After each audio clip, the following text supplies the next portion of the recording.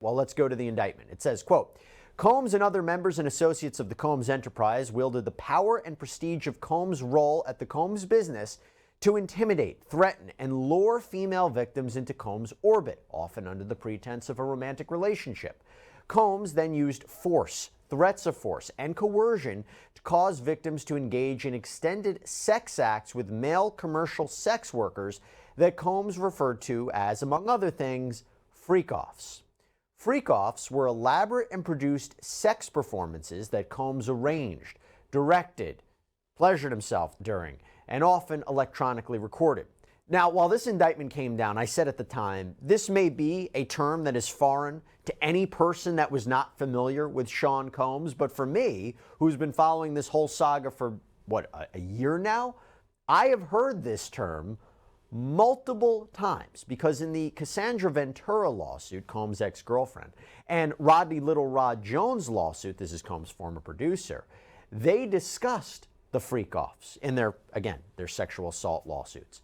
Now, Ventura alleged, among other things, that Combs would demand her participation in freak-offs and that she would have to be forced to hire the male sex workers and that this could happen at any random moment. Jones alleged, among other things, that Combs' son Justin Combs and DJ and record producer Stevie J would engage in freak-offs. Now, to be clear, those specific allegations, those names, those details were not mentioned as part of the criminal case. I will tell you, though, that the idea of this freak-off, now that it is officially part of the criminal case, now that it's mentioned multiple times, this makes me wonder two things from a legal point of view. Number one, it is such a wild concept and a phraseology that it's hard to believe that this is something that was just made up by Combs' accusers. And when I say Combs' accusers, could that be Ventura? Yes. Could that be Jones? Yes. Perhaps the government got this information, this idea of the freak-offs originally from them. And by the way, when I say Combs' accusers, could be Ventura, could be Jones. Perhaps the government got this idea of the freak-offs from them originally, but we don't know.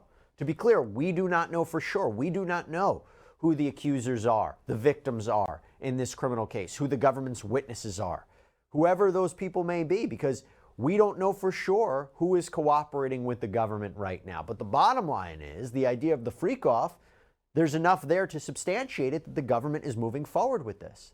And again, it is so wild. It's such a wild concept to come up with that I wonder if an argument will be made that, look, jury, this has to be true. No one can honestly make something like this up. And as you'll see, it doesn't appear it was just witness testimony that corroborates the idea of the freak-offs happening, the existence of these freak-offs, but there's more, and I'll get to that.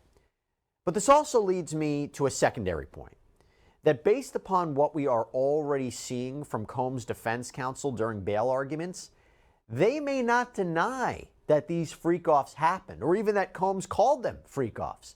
They may say, yeah, you know what, he engaged in freak-offs. That's what he called them. But they were consensual. That's the idea. They were consensual. This is not a crime. Talking about Sean Combs and these allegations, does it not show you just how scary the world can be, how unpredictable the world can be? And you know what? You know what one of the most unpredictable things can be in life? Something that is truly terrifying, that comes out of nowhere?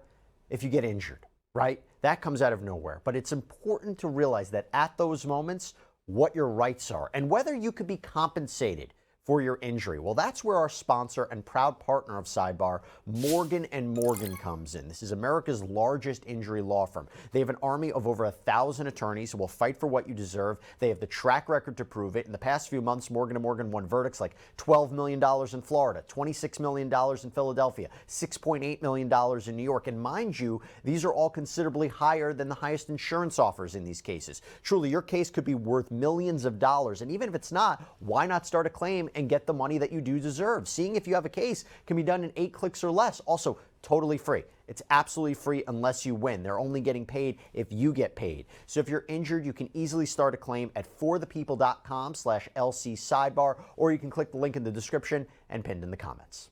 And I want to explore that a little bit more. Let's explore a little bit more details of these freak-offs. So the indictment continues, quote, freak-offs occurred regularly, sometimes lasted multiple days, and often involved multiple commercial sex workers.